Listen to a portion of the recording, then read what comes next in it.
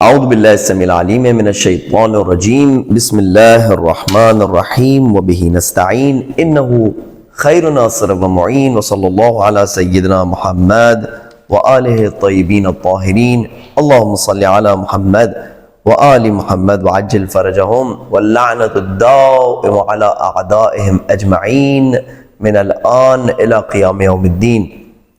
عزیزان گرامی، سامعین محترم، ماہ مبارک رمضان میں پروردگار متعال کے بہترین خصوصی وی آئی پی مہمان آپ کی خدمت میں سلام عرض کرتا ہوں۔ امید ہے کہ آپ کا ہر ایک پل پروردگار متعال کی بندگی میں آگے بڑھنے میں آپ کا مددگار ہوگا، خاص کہ وہ پل جو ماہ مبارک رمضان میں گزر رہا ہو۔ یہ وہ بہترین موقع ہے کہ جس میں حضور اکرم صلی اللہ علیہ وآلہ وسلم فرماتے ہیں، خطبہ شعبانیہ میں انہوں نے یہ ہمیں مشورہ دیا، یہ ہمیں صلاح دی، ہمیں بتایا کہ اپنی آنکھوں کو ان چیزوں سے بچاؤ کہ جس کو اللہ سبحانہ وتعالیٰ نے حکم دیا ہے کہ نہ دیکھو، اپنے کانوں کو ان چیزوں سے روکو کہ جس کو اللہ سبحانہ وتعالیٰ نے فرمایا ہے کہ مت سنو۔ کان اور آنکھ روح کے راستے ہیں۔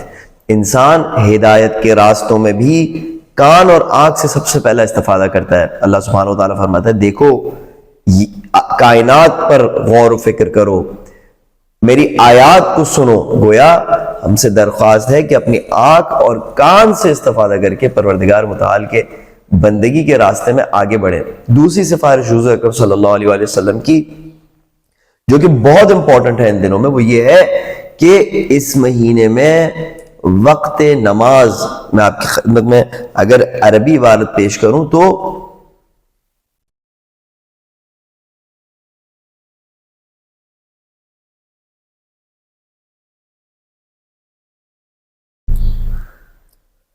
فرماتے ہیں کہ وَارْفَعُوا أَيْدِيَكُمْ وقت الصلاة،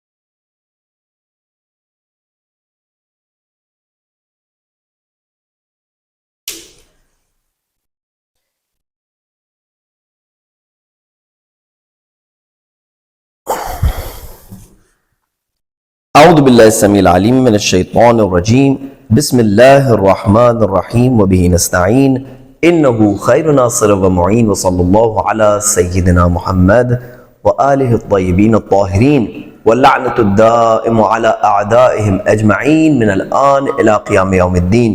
عزیزان گرامی، سامعین محترم، ماہ مبارک رمضان میں پروردگار متعال کے خصوصی مہمان آپ کی خدمت میں سلام عرض کرتا ہوں۔ امید ہے کہ آپ کے ماہ مبارک میں ہر لمحہ اور ہر ساعت جو گزر رہی ہوگی وہ بھرپور بندگی کی توفیقات کے ساتھ آپ کو آگے بڑھا رہی ہوگی اس مقصد میں کہ جس مقصد کا نام پروردگار متعال نے عبادت رکھا اور فرمایا وَمَا خَلَقْتُ الْجِنَّ وَالْإِنسَ إِلَّا لِيَعْبُدُونَ۔ بہترین مددگار ہے یہ مہینہ آپ کا اس مقصد کو حاصل کرنے میں وقت بہت جلدی سے جا رہا ہے. حضور اکرم صلی اللہ علیہ وآلہ وسلم نے ہمیں ماہ مبارک رمضان کے حوالے سے خطبہ شعبانیہ میں بہت زبردست مشورے دیے کہ اگر ہم ان پر عمل کریں تو ماہ مبارک رمضان کی تمام تر فضیلتوں کو حاصل کر سکتے ہیں. کیا فرمایا؟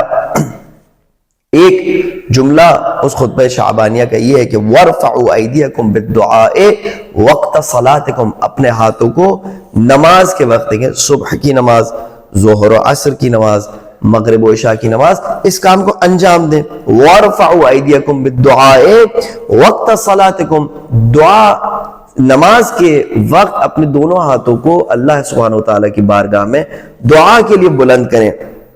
فَإِنَّهَا أَفْضَلُ السَّاعَاتِ، بس یہ افضل ترین اوقات ہے. يَنظُرُ اللَّهُ عَزَّ وَجَلَّ فِيهَا بِالرَّحْمَةِ إِلَىٰ عِبَادِهِ، پروردگار متعال عز وجل رحمت کی نظر کے ساتھ خاص ان موقعوں پر اپنے بندوں کو دیکھتے ہیں. دیکھیں ہاتھوں کو اوپر اٹھانا ہے، اور جو بھی دعا، اگر آپ کو کوئی دعا سمجھ میں نہیں آتی، دعا کرنا پریکٹس مانگتا ہے. دعا کرنا اتنا آسان نہیں جتنا ہم سمجھتے ہیں، لیکن صلوات بر محمد و آل محمد تو پڑھ سکتے ہیں. دعائے افتتاح جو آپ ہر رات پڑھتے ہیں اس کا ایک حصہ تو پروردگار متعال کی بارگاہ میں پڑھ سکتے ہیں. دعائے ابو حمزہ سمالی کا ایک حصہ کم سے کم پروردگار متعال کی بارگاہ میں پیش کر سکتے ہو. کوشش کریں ترجمے کے ساتھ پڑھیں، اصلا ترجمہ پڑھیں، تاکہ آہستہ آہستہ زبان کو دعا کرنے کی جب عادت ہو تو آپ کی اپنی دعاؤں میں بھی دعائے ابو حمزہ سمالی اور اہل البیت علیہ السلام کی مختلف دوسری دعاؤں کا رنگ آئے گا، اس میں کوئی شک نہیں ہے. عزیزان گرامی، سورہ یوسف کی تفسیر میں ہم نے آپ کی خدمت میں عرض کیا کہ بات یہاں تک پہنچی کہ عزیز مصر کی زوجہ نے ایک غلط قدم اٹھانا چاہا اور حضرت یوسف علیہ السلام نے مختلف انداز میں اسے سمجھایا. فرمایا قال معاذ اللہ انہو ربی احسن مثوائی انہو لا یفلح الظالمون. بہت خوبصورت انداز میں، اس طرح سے کہ اس کی سیلف ریسپیکٹ ہرٹ نہ ہو، اسے بتایا کہ یہ کام ممکن نہیں ہے. لیکن کیا برائی کو دھکا دینے میں، برائی سے اپنے آپ کو روکنے میں، کیا یہی کام کافی ہے؟ اس سے آگے ہمیں کوئی قدم نہیں اٹھانا؟ نہیں عزیزان گرامی، اگر آپ دیکھتے ہیں کہ اچھی طرح بات کرنے سے، حسن کلام سے فائدہ حاصل نہیں ہو رہا، تو اب اگلے آیت میں آپ دیکھتے ہیں کہ اللہ سبحانہ وتعالیٰ فرماتا ہے کہ وَلَقَدْ هَمَّتْ بِهِ وَهَمَّ بِهَا لَوْلَا أَن رَأَىٰ بُرْهَانَ رَبِّهِ. بات اس سے نہیں رکی.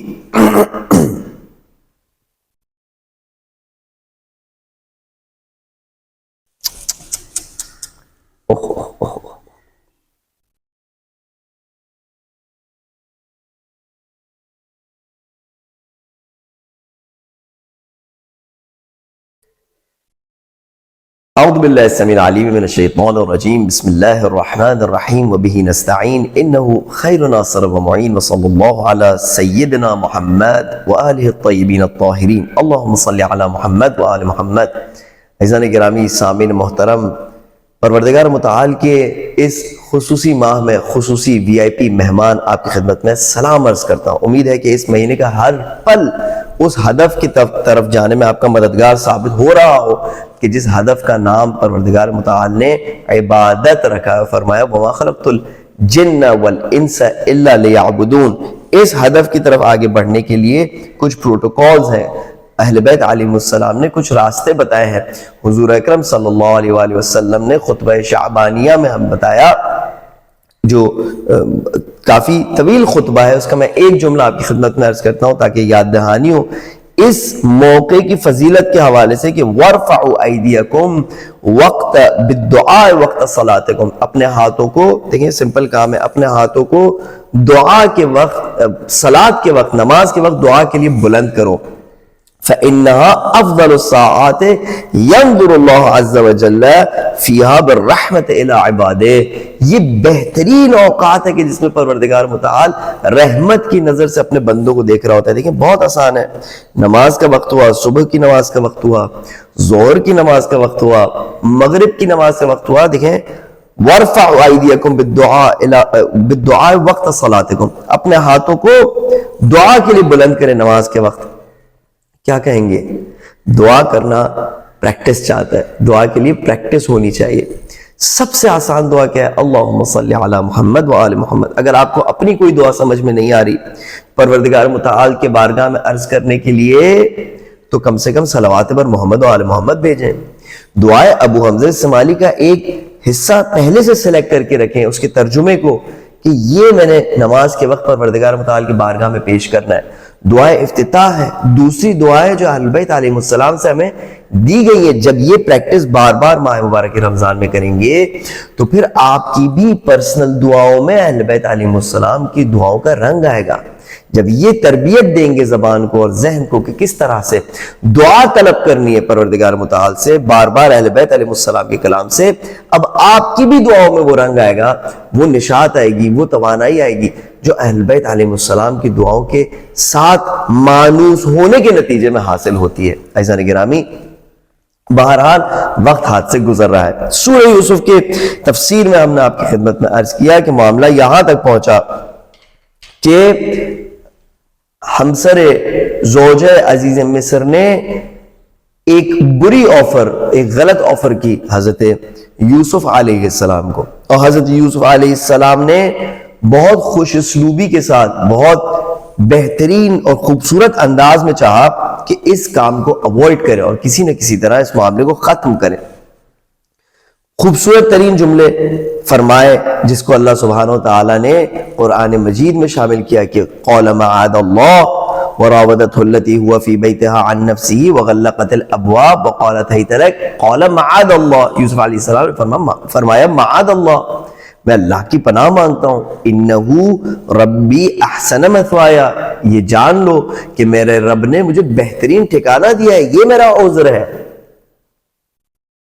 بہت زیادہ مقدس نمائی کی کوشش نہیں کی، کہا کہ تم خود بتاؤ کہ اگر کسی نے تمہیں بہترین جگہ دی ہو تو تم اس کے حق میں ایسے خیانت کرو گی؟ نہیں. کس طریقے سے کسی گنہگار سے مقابلہ کرنا ہے؟ ایک گنہگار جب گناہ کی انتہا میں ہوتا ہے تو اس کے لیے بہت سنگین معاملات کو سمجھنا مشکل ہوتا ہے، لیکن اگر آپ اس کے لیول پر اس سے بات کریں کہ تم بتاؤ کیا خیانت کرنا اچھی بات ہے ایسے ذات کے حق میں کہ جس نے بہترین نعمتوں سے نوازا، انہو ربی احسن مثوایا انہو لا یفلح الظالمون. دوسرا مسئلہ یہ ہے کہ اگر میں نے یہ ظلم کیا کیونکہ اس نے میرے حق میں اچھائی کی ہے، اور میں نے اگر یہ خیانت کی جو کہ ظلم ہے، تو میں ہرگز فلاح نہیں پاؤں گا، میرا انجام درست نہیں ہوگا، لہٰذا اس کام سے مجھے معاف کر دو اور یہ کام میں ہرگز انجام نہیں دوں گا. بہرحال بات یہاں تک نہیں رکی. جو اس کے بعد کیا ہے تو اس میں پروردگار متعال فرماتا ہے کہ وَلَقَدْ هَمَّتْ بِهِ وَهَمَّ بِهَا لَوْلَا أَن رَأَىٰ بُرْهَانَ رَبِّهِ كَذَلِكَ لِنَصْرِفَ عَنْهُ السُّوءَ وَالْفَحْشَاءَ إِنَّهُ مِنْ عِبَادِنَا الْمُخْلَصِينَ. وَلَقَدْ هَمَّتْ بِهِ وَهَمَّ بِهَا، اور اس میں کوئی شک نہیں ہے کہ زلیخا نے اس کام کی طرف آگے بڑھنا چاہا. زلیخا اس کام کی طرف آگے بڑھی. اب اگلا جو جملہ ہے اس کا ترجمہ حساس ہے، دو جملوں کو ساتھ میں ترجمہ کرنا ہے. وَهَمَّ بِهَا، اور یوسف بھی اس کام کی طرف آگے بڑھے. لولا ان رأى برہان ربہ، اگر نہ دیکھا ہوتا اپنے رب کے برہان کو.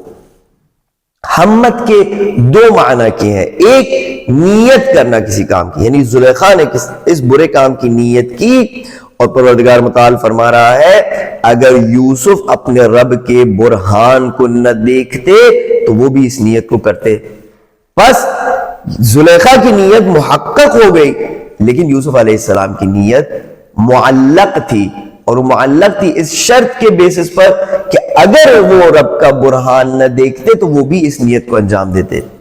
دوسرا جو ترجمہ ہے ہمت کا، یعنی اس عمل کو، اس فعل کو، اس ایکٹ کو انجام دینے کے لیے آگے بڑھنا.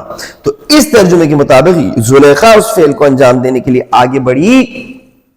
وَهَمَّ بِهَا لَوْلَا أَن رَأَىٰ بُرْهَانَ رَبِّهِ، اور اگر اپنے رب کے برہان کو نہ دیکھتے تو یوسف بھی اس عمل کے سامنے، اس عمل کے لیے آگے بڑھتے. بس ہم دیکھتے ہیں کہ یہاں پر ایک نتیجہ جو ہمیں حاصل ہوتا ہے کہ جس چیز نے یوسف علیہ السلام کو روکا وہ پروردگار متعال کی طرف سے ایک برہان تھا. اس کی نوعیت پر ہم ڈسکس کریں گے، لیکن یہ شک و شائبہ ختم ہو جاتا ہے کہ ہو سکتا ہے کہ یوسف علیہ السلام کو اس خاتون میں کسی قسم کی اچھائی نظر ہی نہیں آ رہی ہو، یعنی وہ ایک ایسی خاتون ہو جو شکل و صورت میں کسی طریقے سے یوسف علیہ السلام کو اپیل ہی نہ کرتی ہو۔ نہیں، دیکھیں اگر ایسی خاتون ہوتی کہ جو شکل و صورت کے لحاظ سے حضرت یوسف علیہ السلام کو اپیل نہ کرتی تو پروردگار متعال یہ نہیں فرماتا کہ ہم بہا لولا ارآ برہان ربے، پس یوسف علیہ السلام کو اس صورت میں پروردگار متعال کی برہان کی ضرورت نہیں پڑتی۔ میں آپ سے عرض کرتا ہوں، مثال کے طور پر اس وقت ہم روزے میں ہیں، روزے میں ہمارے سامنے کوئی کھانا رکھتا ہے جو ہمیں پسند ہی نہیں ہے، اس کھانے سے ہمیں نفرت ہے، گھین آتی ہے، اس کھانے سے روکنے کے لیے پروردگار متعال کا تقوی اس بات کا باعث نہیں بنے گا کہ ہم پیچھے ہٹ جائیں، ہمیں تو یہ کھانا ویسے ہی نہیں پسند ہے۔ لیکن اگر اس وقت ہمارے سامنے کوئی ایسا کھانا رکھتا ہے جو ہمیں پسند ہے، ایک پلیٹ بریانی کی رکھتا ہے، کوئی اور کھانا ہمارے سامنے رکھتا ہے جو ہمیں بہت پسند ہے، یہاں پر کون سی چیز ہمیں روکے گی اس سے کہ ہم اپنے روزے کو برقرار رکھیں اور اس کھانے کو نہ کھائیں؟ تقوی الہی۔ اسی طریقے سے اگر زلیخا میں وہ کشش نہیں ہوتی، جذابیت نہیں ہوتی، تو یوسف علیہ السلام کو روکنے کے لیے پروردگار متعال کی طرف سے برہان کی ضرورت نہیں ہوتی، وہ رک جاتے۔ ویسے ہی انسان جس چیز کو اچھا نہیں سمجھتا اس سے رک جاتا۔ لیکن یہ کہ حضرت یوسف علیہ السلام کو ضرورت پڑی اللہ سبحانہ و تعالیٰ کی طرف سے ایک امداد کی کہ وہ اپنے آپ کو روک سکے، اب وہ برہان جسی بھی نوعیت کا تھا، یہ اس بات کو بتاتی ہے کہ زلیخا میں وہ کشش اور وہ جذابیت تھی کہ وہ کسی کو اپنی طرف کھینچ سکے۔ حضرت یوسف علیہ السلام نے کیا فرمایا؟ معاذ اللہ انہ ربی احسن مثوائی۔ اب کیا ہوا؟ وَلَقَدْ هَمَّتْ بِهِ وَهَمَّ بِهَا، ہمت بھی واضح ہے، زلیخا نے اپنے الفاظ سے بتا دیا کہ وہ کس چیز کی طرف جانا چاہی تھی۔ ہم بہا وہ کون سی چیز تھی کہ جو برہان بن کر یوسف علیہ السلام کے سامنے آیا کہ جس کی وجہ سے حضرت یوسف علیہ السلام نے اپنے آپ کو روکا اور ان کو اپنے آپ کو روکنے میں کوئی دشواری محسوس نہیں ہوئی۔ دیکھیے عزیزان گرامی، مختلف اس برہان کے بارے میں گفتگویں ہیں، اگر آپ تفاسیر کو کھول کے دیکھیں تو کچھ تو عجیب و غریب معاملات بیان ہوئے ہیں اس خوبصورت آیت کے حوالے سے اور عظیم انسان کے حوالے سے جو کہ نبی ہے پروردگار متعال کے۔ بعض اوقات انسان واقعاً تعجب کرتا ہے کہ جو لکھنے والا ہے، جو بولنے والا ہے، کیا واقعاً وہ انبیاء علیہ السلام کے لیے کوئی حیثیت اور حرمت کا قائل تھا، یا واقعاً حضرت یوسف علیہ السلام کو کیا وہ نبی سمجھتا تھا؟ میں ان باتوں کو آپ کے سامنے ڈسکس نہیں کرنے والا، لیکن اشارہ ضرور کیا کہ اگر آپ چاہیں تو جا کے دیکھیں، یا اگر کبھی آپ کو دیکھنے میں آئے تو بہت زیادہ تعجب نہ ہو کہ یہ کیسے معاملات ہیں کہ جن کے بارے میں بتایا جا رہا ہے۔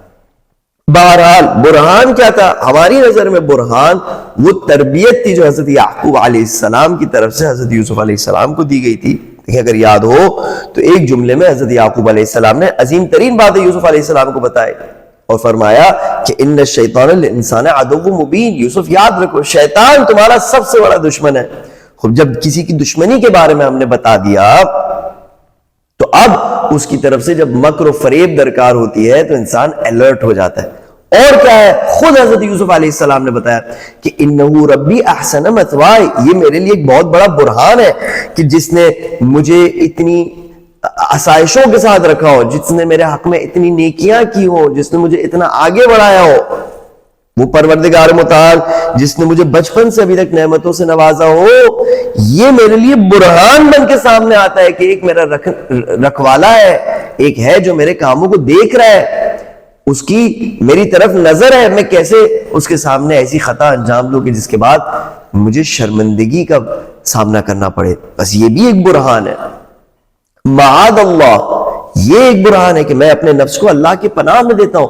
یہ تمام تربیت اور تقوی الہی اور وہ طاقت کے جس کے مدد سے حضرت یوسف علیہ السلام پروردگار متعال کی بندگی انجام دیتے تھے، یہ سب کے سب اس بات کا باعث بنی کہ یوسف علیہ السلام اس عمل کو انجام دینے سے اپنے آپ کو روک سکیں، اور یہ ہے برہان۔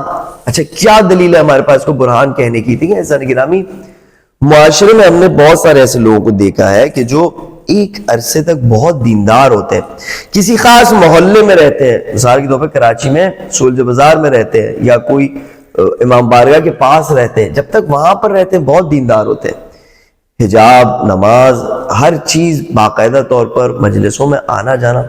جہاں یہ انوائرمنٹ تبدیل ہوتا ہے، مثلا امریکہ شفٹ ہو جاتے ہیں، کینیڈا شفٹ ہو جاتے ہیں، آپ جا کے دیکھتے ہیں ماشاءاللہ کیا یہ وہی فیملی ہے جو ایک زمانے تک بہترین دیندار طریقہ اپنا کر اس محلے میں رہتی تھی؟ اب کیا ہوا؟ جس چیز نے اس فیملی کو کنٹرول کر کے رکھا تھا کہ وہ دین کے راستے پر قائم رہے، وہ کیا تھی؟ وہ جذبات تھے، وہ ماحول تھا. عقل و فکر و شعور و برہان و دلیل اس بات کا باعث نہیں بنی تھی کہ وہ فیملی، وہ شخص اپنے آپ کو دین کے راستے پر چلائے. بس جذبات کے وقت جب اور بڑے جذبات سامنے آتے ہیں تو انسان اپنے پچھلے جذبات کو ہاتھ سے جانے دیتا ہے. یعنی جو جذباتی انسان ہوتا ہے، جو ایموشنل بیسس پہ جس نے دین کو اپنایا ہوتا ہے، وہ دوسرے جب ایموشنز آتے ہیں تو وہ دین کو اپنے ہاتھ سے دے دیتا ہے. بس جذبات سے آیا ہوا دین بہت آسانی سے ہاتھ سے نکل جاتا ہے. لیکن برہان سے ملا ہوا دین خطرناک ترین موڑ پر، جیسے جس موڑ پر حضرت یوسف علیہ السلام موجود ہے، عقل و فکر و شعور و استدلال کی بنیاد پر جو دین حاصل ہوا ہو وہ آسانی سے ہاتھ سے نہیں نکلتا. اسی لیے ہی قرآن مجید کی دعوت ہمیشہ تفکر و تدبر و تعقل کے حوالے سے، ہمیشہ انسان کے شعور کو جگانے کے حوالے سے ہے. کبھی پروردگار متعال نے یہ نہیں فرمایا کہ اپنی آنکھیں بند کرو اور جو میں کہہ رہا ہوں اس کو فالو کرو. نہیں، بار بار چیلنج دیا، بار بار کہا فکر کرو، سوچو، اگر تم لا سکتے ہو اس سے بہتر سورہ تو اس سے بہتر سورہ لے آؤ. قرآن مجید کی ایک عجیب آیت ہے جس میں حضور اکرم صلی اللہ علیہ وسلم یہ فرماتے ہیں مخالفوں کو کہ اگر تمہارے پاس قرآن مجید سے بہتر کتاب ہے تو وہ لے آؤ، میں دیکھتا ہوں. بس اللہ سبحانہ و تعالیٰ نے فرصت دی ہے، چیلنج کیا ہے، ہماری عقلوں کو جھنجھوڑا ہے. جو پروردگار متعال کے دین کی تبلیغ کرنا چاہتے، کیا ان کی بھی یہی روش ہے؟ کیا وہ بھی چیلنج کو قبول کرتے ہیں؟ کیا ان کے سامنے بھی اگر کوئی ایسی بات کرے کہ جو سوالات پر مبنی ہو تو وہ اس کو قبول کرتے ہیں؟ نہیں پتا. لیکن اگر وہ کریں گے تو ان کے تبلیغ کے نتیجے میں جو لوگ دیندار ہوں گے وہ عقل و خرد و فکر و شعور کے بنا پر، برہان کے بنا پر دیندار ہوں گے، اور پھر ان سے اس دین کو چھیننا کسی بھی سرکمسٹانسز میں اتنا آسان کام نہیں ہوگا. بس کیا ہوا؟ وَاسْتَبَقَ الْبَابَ معذرت وَلَقَدْ هَمَّتْ بِهِ وَهَمَّ بِهَا لَوْلَا أَن رَأَىٰ بُرْهَانَ رَبِّهِ. یوسف علیہ السلام بھی اس کام کو انجام دیتے اگر برہان الہی نہ ہوتا. خوب، ہمت سے یہاں پر جو دو مراد تھی اس کا بھی ہم نے آپ کی خدمت میں عرض کیا کہ یا تو وہ نیت کہ اس صورت میں یوسف علیہ السلام نے نیت بھی نہیں کی، یا تو عمل کہ اس صورت میں حضرت یوسف علیہ السلام نے برہان الہی کی وجہ سے اپنے آپ کو اس عمل سے روکا. برہان کے بھی حوالے سے ہم نے آپ کی خدمت میں گفتگو کی کہ وہ برہان ہماری نظر میں تربیت اور تقوی الہی تھا جو یوسف علیہ السلام کو جو یوسف علیہ السلام نے استدلال کی بنیاد پر، فکر و شعور کی بنیاد پر ڈیولپ کیا تھا. لہٰذا اس نے یوسف علیہ السلام کو آگے بڑھنے سے روکا.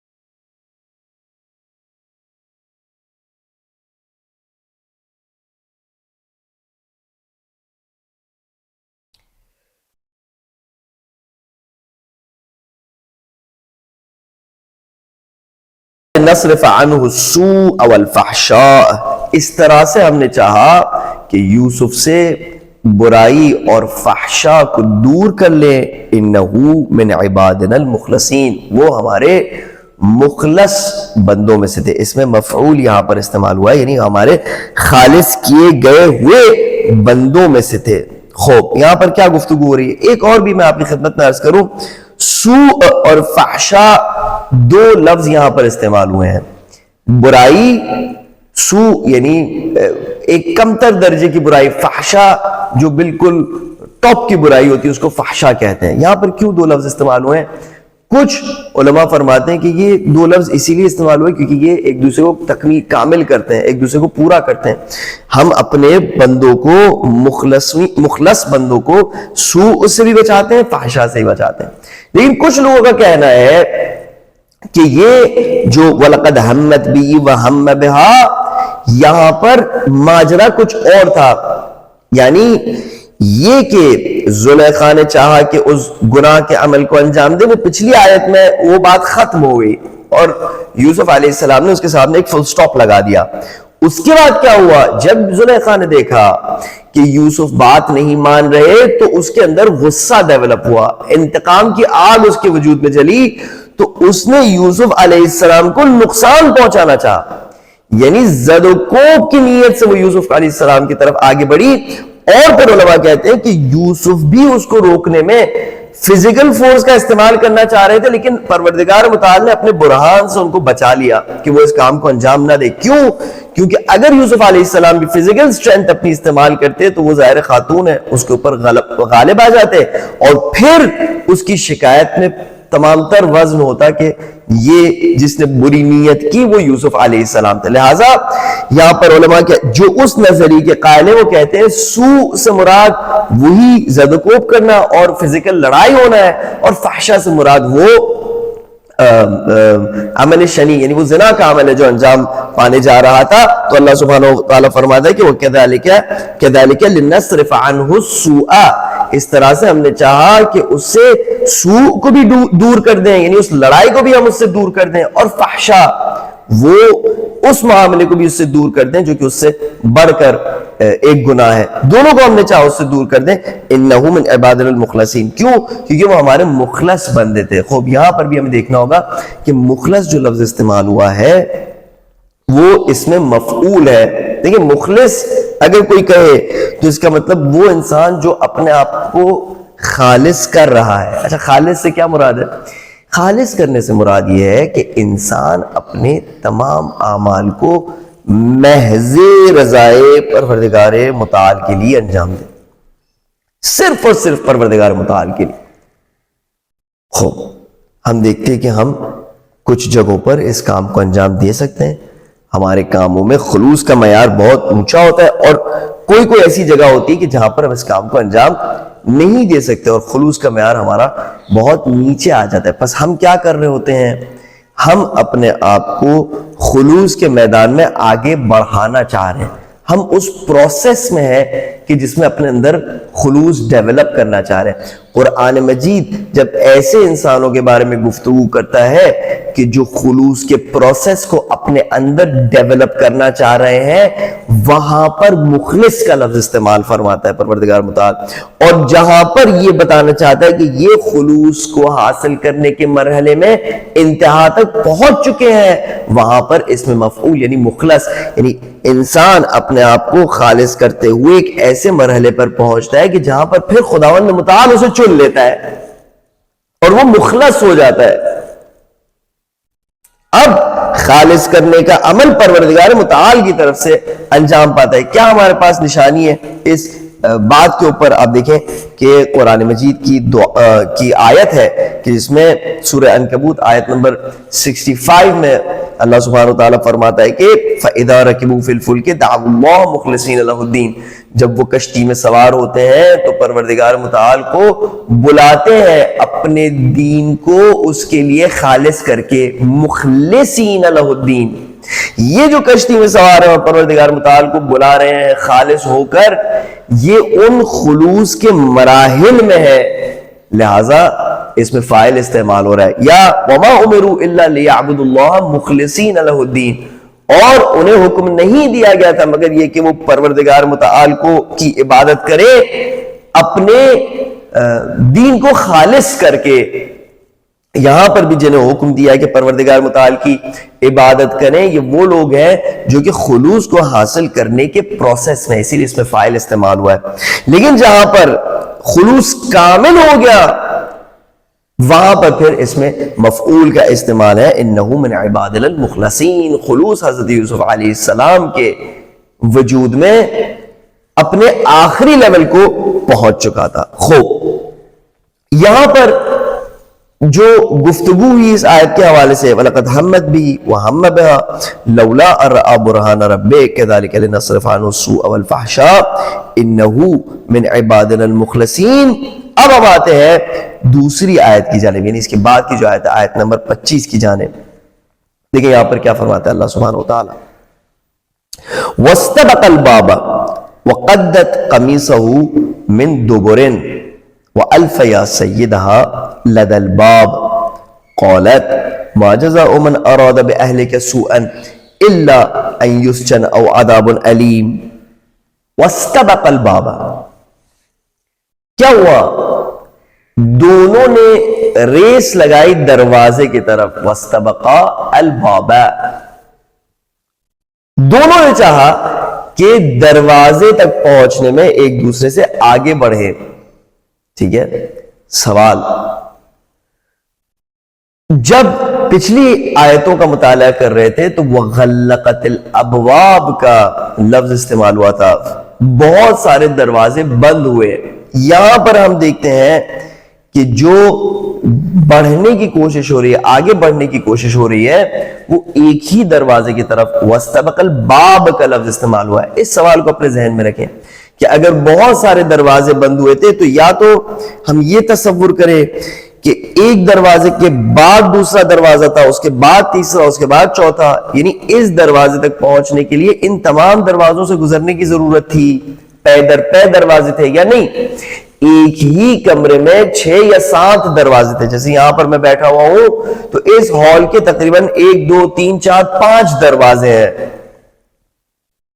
خوب یہ تمام دروازے ایک ایک کر کے اگر بند ہوئے تو بس ان میں سے ایک کی طرف آگے بڑھنا جو ہے وہ اس بات کے ساتھ کہ وَغَلَّقَتِ الْأَبْوَابِ اس کے ساتھ میچ کرتا ہے کہ ایک کمرے کے 5 دروازے تھے، لہٰذا بھاگنے کے لیے، راہ فرار اختیار کرنے کے لیے ایک ہی دروازہ استعمال کیا جا سکتا ہے. ضروری نہیں کہ آپ تمام دروازوں سے گزرے تاکہ اس آخری دروازے تک پہنچے.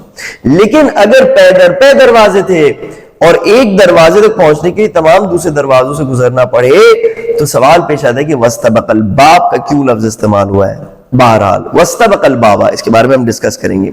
وَقَدَّتْ قَمِيصَهُ مِنْ دُبُرٍ، اس عورت نے مرد کا کرتا پیچھے سے پکڑ لیا اور اسے پھاڑ دیا.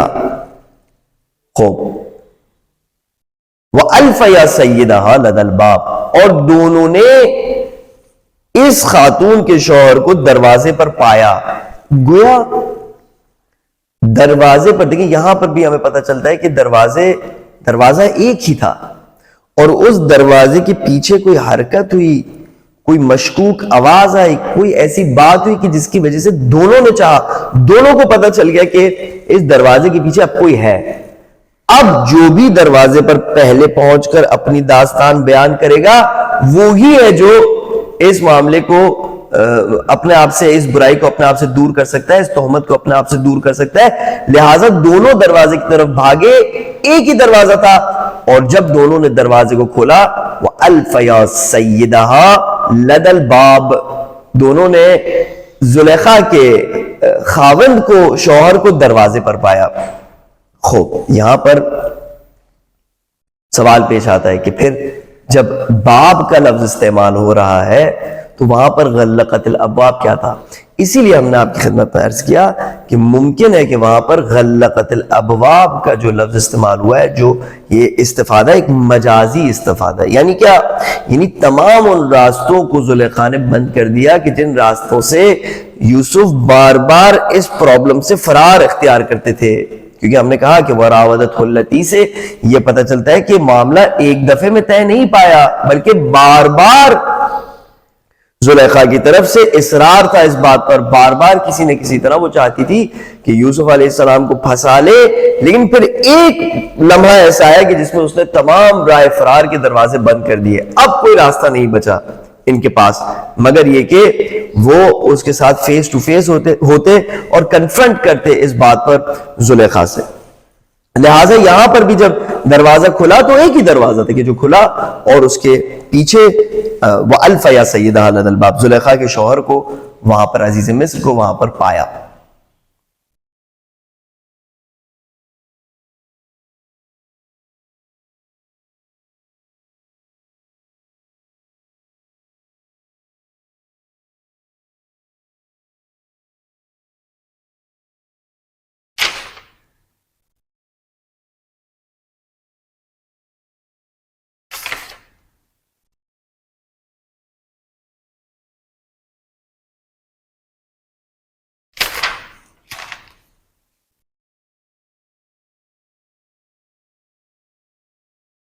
جیسے ہی زلیخا نے اپنے شوہر کو وہاں پر دیکھا تو اس نے یہ جملات بولے، کہا کہ قولت ما جزاء من اراد باہلک سوءا الا ان یسجن او عذاب علیم، کیا ہو سکتی ہے اس شخص کی سزا کہ جس نے تمہارے اہل کی طرف، تمہارے بیوی کی طرف برا ارادہ کیا ہو، مگر یہ کہ تم اسے جیل میں ڈال دو یا دردناک عذاب میں مبتلا کرو۔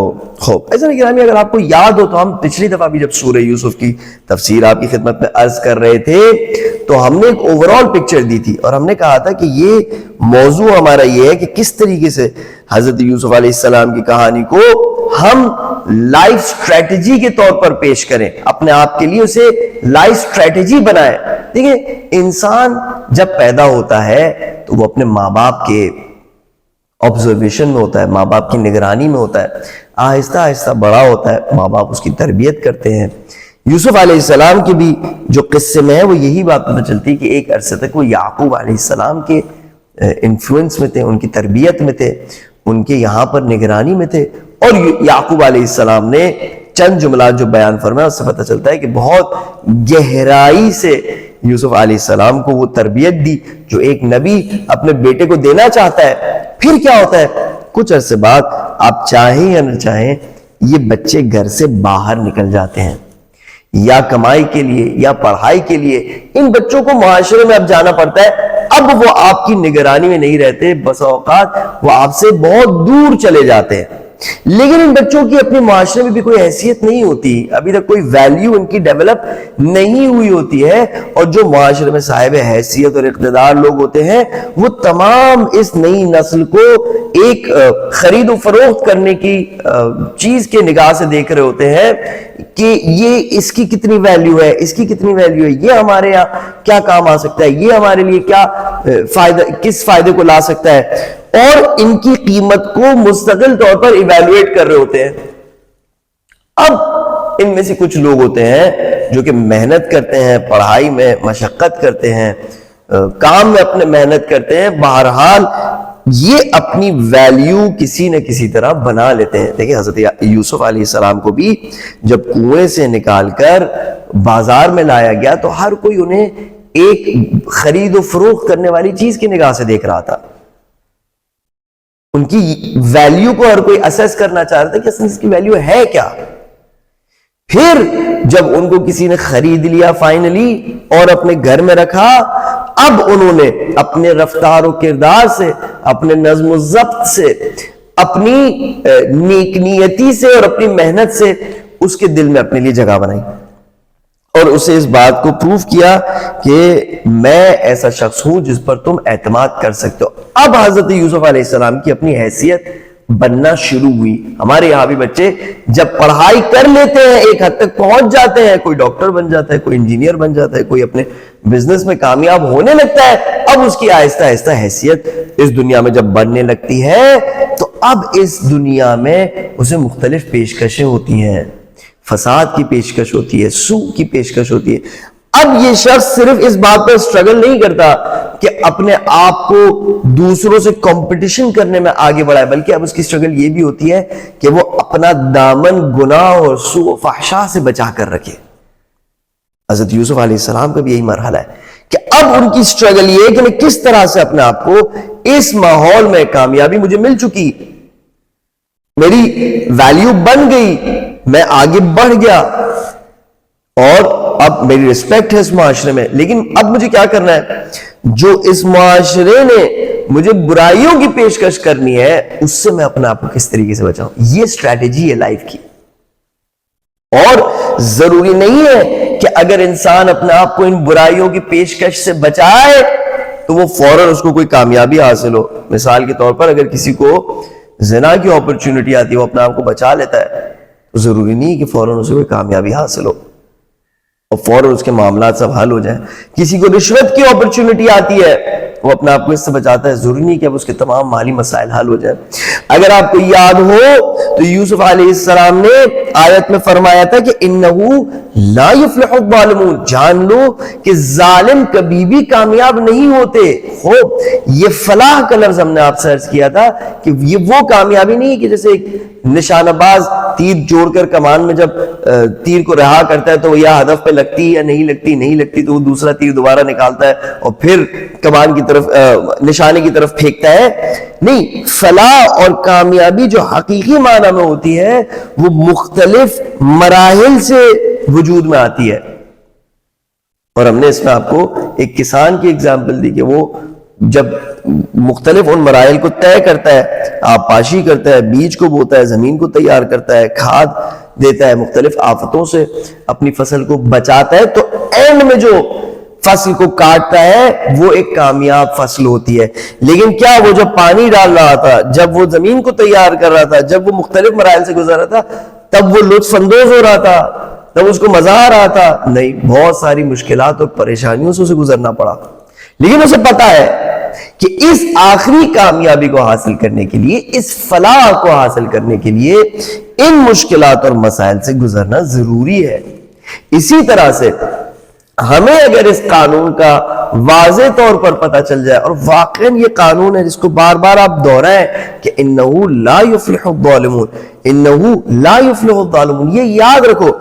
ظالم ہو سکتا ہے کچھ عرصے تک آپ کے سامنے کوئی ظاہری کامیابی حاصل کرے، انجوائمنٹ ان کو مل رہی ہے لائف میں، لیکن جو فلاح ہوتی ہے، جو آخری کامیابی ہوتی ہے، جس کامیابی کو اگر آپ نے حاصل نہیں کیا تو اب ایسی کامیابی حاصل کرنے کا وقت شاید آپ کے پاس نہ بچا ہو، وہ اس کو ملتی ہے کہ جو عدل و انصاف سے کام لیتا ہے اور ظلم سے کام نہیں لیتا. اس کو حتماً اپنے ذہن میں بار بار دہرائے. یہاں پر بھی ہم دیکھتے ہیں کہ حضرت یوسف علیہ السلام جب اس گناہ کو ریجیکٹ کرتے ہیں، جب پروردگار متعال کی پناہ میں اپنے آپ کو ڈالتے ہیں، تو یہاں معاملات کوئی بہترین ان کے لیے ریڈ کارپٹ نہیں بچھایا عزیز مصر نے کہ ماشاءاللہ تم بہت ہی متقی اور پرہیزگار انسان ہو، بسم اللہ کرو، چلو اب آؤ اور ہمارے یہاں تمہارے عزت اور مقام اور شرافت میں مزید اضافہ ہو. بلکہ کیا،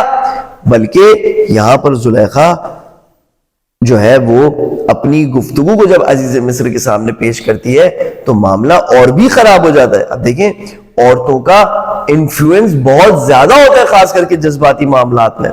اگر ایک خاتون اپنے اوپر جو ظلم ہوا ہوتا ہے اس کا اظہار کرتی ہیں تو باپ، بیٹے، شوہر، ان کے جذبات، بھائی خاص کر کے، ان کے جذبات پھر کنٹرول سے باہر نکل جاتے ہیں. آسان معاملہ نہیں ہے کہ ایک عورت انسان پر تہمت لگا رہی ہو، وہ بھی ایسی عورت جو سٹیٹس میں، مقام میں اس شخص سے بڑھ کر ہو، اور شکایت بھی اپنے شوہر کے سامنے کر رہی ہو، اور وہ شخص کے جس کے خلاف شکایت کر رہی ہو وہ بالکل انیسنٹ اور مظلوم ہو. یہ بہت زیادہ سٹریس انسان کے اندر کریٹ کرتا ہے. یہ ایک سٹریسفل مرحلہ ہوتا ہے. بس کیا کہا کہ ما جزاء. اب لفظ بھی جو استعمال کیا آپ دیکھیں کس یعنی ذکاوت اور ہوشیاری سے یہ خاتون لفظ استعمال کر رہی ہے. کہہ رہی ہے کہ ما جزاء من اراد باہلک سوء جزاء کذالک نجزی المحسنین. جزاء ایک مثبت معنی میں استعمال ہوتا ہے. جزاء یعنی ایک پاداش، ایک ریوارڈ، ایک مثبت چیز جو کسی انسان کو اس کے اچھے کام کے بدلے میں ملتی ہے. سوال یہاں پر زلیخا لفظ جزا کیوں استعمال کر رہی ہے؟ کیونکہ وہ اس بات کو اپنے شوہر کو بتانا چاہ رہی ہے کہ ہاں یہ وہی شخص ہے کہ جس کا تم اتنا خیال رکھتے تھے، اتنا اس کو پسند کرتے تھے، تمام رسپانسبلٹیز تم نے اس کو دی، گھر کی چابیاں تم نے اس کو دی، اب اور دو اس کو کچھ، اور کسی تحفے سے اس کو نوازو، دیکھ لو اس کی حرکت تمہارے سامنے آ چکی ہے، اب کیا اس کو جزا دینا چاہو گے، اب کیا اس کو ریوارڈ دینا چاہو گے؟ بس یہ ایک طنز ہے عزیز مصر کو ایک طرف سے اپنے اوپر جو ظاہری طور پر ظلم ہوا ہے اس کا اظہار کرنے کا طریقہ آپ دیکھیں، دوسرا عزیز مصر کو وہ باتیں یاد دلا رہی ہے اسی ایک جزا کے لفظ سے کہ تم نے اس کے حق میں کتنی نیکیاں کی، کتنا تم نے اس کو نوازا، آج بھی تم اس کو نوازو، کیونکہ اس نے تمہیں نوازنے کا بدلہ یہ دیا ہے کہ آج وہ تمہاری خاتون اور تمہاری ناموس کی طرف اس نے غلط ارادہ رکھا ہے۔ خوب عزیزان گرامی، ججمنٹ میں اپنے ہمیشہ کیئرفل رہا کریں۔ اکثر و بیشتر جو ہمیں لوگ آ کے اپنے کہانیاں سناتے ہیں اس میں اکثر و بیشتر ہم یہ کرتے ہیں کہ اگر جو کہانی ہمیں سنا رہا ہوتا ہے وہ ہمیں پسند ہوتا ہے، اس سے ہم محبت کرتے ہیں، تو ہم اس کی کہانی کا ورژن 100% قبول کر لیتے ہیں۔ یہ قرآنی روش نہیں ہے۔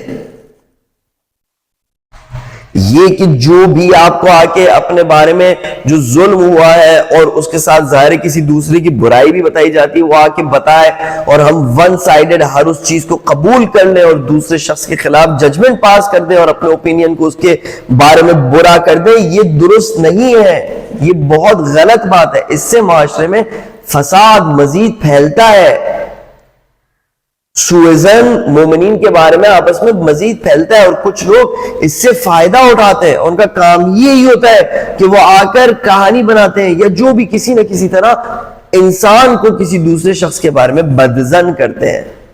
ہمیشہ یہ یاد رکھیں کہ جو سٹوری آپ کو بیان ہو رہی ہے کسی کے حوالے سے کہ اس نے ہم پر ظلم کیا، اس نے یہ ہمارے ساتھ زیادتی کی، اس نے یہ برائی کی، اس میں یہ برائیاں ہیں، اس کا دوسرا ورژن بھی ہوتا ہے، اور صرف خداوند متعال کو حق ہے جج کرنے کا کہ یہ شخص در حقیقت کیسا ہے۔ ہاں اگر آپ کو اپنے کسی معاملات کے حوالے سے جج کرنا ہے، اب آپ نے اس شخص کے ساتھ بزنس کرنا ہے، میں بزنس کروں یا نہ کروں، اگر آپ نے اپنے ڈیسیشن کو اس شخص کے بتائے ہوئے معاملات پر بیس کرنا ہے تو ٹھیک ہے، آپ کو کوئی کام ہے، لیکن آپ کو اس شخص سے کوئی کام ہی نہیں ہے، آپ کو کوئی ڈیسیشن ہی نہیں لینا، پھر بھی آپ جج کر رہے ہیں۔ اور حتیٰ اگر ڈیسیشن بھی لینا ہو تو کیئرفل رہیں، تحقیق کریں، جستجو کریں کسی ایک شخص کی بات پر۔ دیکھیں کتنی بری طریقے سے یہ حضرت یوسف علیہ السلام کو پھنسانے کی کوشش کر رہی ہے۔ یا اگر آپ کو وہ شخص نہیں پسند ہوتا، یہ بھی یاد رکھیں، اگر آپ کسی کے سامنے تظلم کرتے ہیں یعنی اپنے اوپر جو ظلم ہوا ہوتا ہے اس کو بیان کرتے ہیں، یا آپ کسی کے بارے میں سن رہے اور آپ کو وہ شخص پسند نہیں ہوتا تو دل میں ایک سرور کی کیفیت ہوتی کہ جو ہوا تمہارے ساتھ اچھا ہوا، اور آپ اپنی قدر و مقدار کو اس شخص کے آنکھوں میں گوا رہے ہوتے ہیں۔ تو آپس میں گفتگو کرنے سے پہلے تھوڑی دیر کے لیے ہمیں سوچنا چاہیے کہ جو گفتگو کر رہے ہیں اس پر خداوند متعال راضی ہے یا نہیں راضی ہے۔ ایسے نہیں ہے کہ جو شخص ہمیں برا لگتا ہو ذاتی طور پر تو وہ خدا کو بھی برا لگنے لگتا ہے کہ اب اس کے بارے میں ہم جو بھی برائی کریں، جو بھی تبرہ کریں، وہ پروردگار متعال اس پر راضی ہو نہیں۔ عالم الغیب والشہادہ وہ ہے کہ جو انسان کے اندر چھپے ہوئے رازوں سے آشنا ہے اور جو کچھ کھلا ہوا ہے اسے بھی جانتا ہے۔ ہم اپنے بارے میں بھی اتنا واضح طور پر نہیں جانتے جتنا پروردگار متعال جانتا ہے، تو دوسروں کے بارے میں کیا جانیں گے؟ کچھ عرصے کی زندگی کو جو کہتے ہیں، جو بات سنتے ہیں، اس سے تباہ نہ کریں، صبر سے کام لیں، برداشت سے کام لیں، اپنے آپ کو روکیں، اپنے جذبات کو روکیں، کیونکہ اللہ سبحانہ وتعالیٰ نے فرمایا کہ ان الانسان لفی خسر الا الذین آمنوا وعملوا الصالحات وتواصوا بالحق وتواصوا بالصبر۔ جو حق کے ساتھ ایک دوسرے کو حق کی تلقین کرتے رہتے ہیں اور جو ایک دوسرے کو صبر کی تلقین کرتے ہیں، یہ کامیاب ہوں گے۔ جزاکم اللہ خیرہ۔ پروردگار تو ہمیں توفیق عنایت فرما کہ ہم معاشرے میں لوگوں کو حق کی بنا پر جج کرنے کی کوشش کریں۔ پروردگار تو ہمیں توفیق دے کہ اگر کوئی آ کر ہمیں کسی کی برائی بتاتا ہے تو ہم فوراً اس کے بارے میں ججمنٹ پاس نہ کریں۔ پروردگارہ تو ہمیں توفیق دے کہ جب برائی کا موقع آئے تو ہم اپنا آپ کو بہترین اسلوب سے روک سکیں، نہ صرف یہ کہ ہم اپنا آپ کو روکیں بلکہ ایسے الفاظ استعمال کریں کہ جن کا تربیتی اثر اس شخص پر بھی ہو کہ جس کو ہم روک رہے ہیں۔ ایسا نہ ہو کہ ہم اس کی تذلیل کا باعث بنے یا ایسا کام کریں کہ جس کی وجہ سے وہ شخص مزید برائیوں کی طرف آگے بڑھے۔ پروردگارہ تو ہمیں توفیق دے کہ ہم تیرے قرآن سے اپنی دوریوں کو ختم کریں۔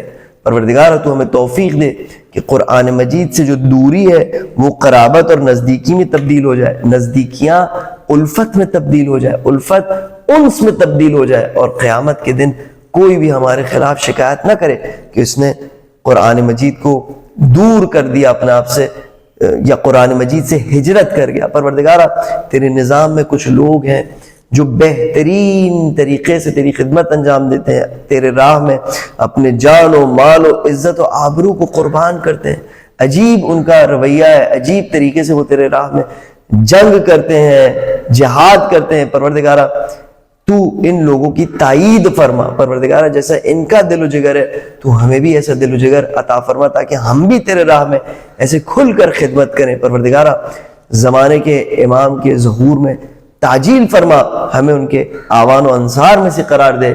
سبحان ربک رب العزت عما یصفون وسلام علی المرسلین والحمد للہ رب العالمین۔ والسلام علیکم ورحمۃ اللہ وبرکاتہ۔